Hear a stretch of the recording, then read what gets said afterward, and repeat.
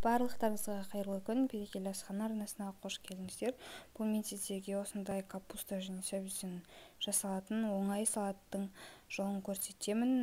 Видеоны соңына дейін тамашалап, лайк басып, қоңырауын басып қойды ұмытпаңыздар.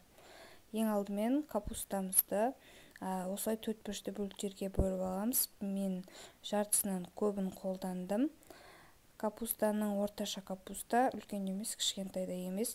Барлығын осылай турап алғаннан кейін арасын ашамыз. Ешқандай да бір-біріне жабысып қалып кетпеу керек. Барлығын осылай арасын ашып, бір ыдысқа салып аламыз. Одан кейін екі сәбізді осылай қырғыштан өткізіп алуымыз қажет.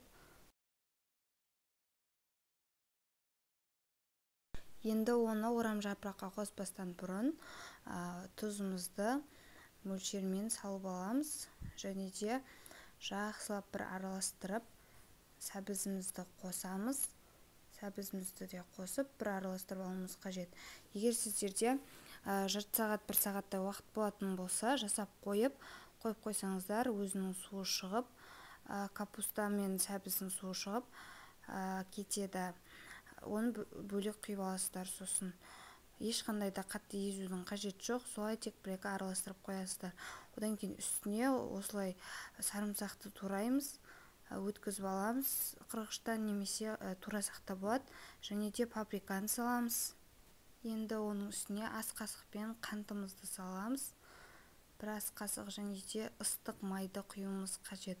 Майымыз өте ыстық болғаны дұрыс. Сосын барлығын бірге қасықпен араластырып шығасыздар.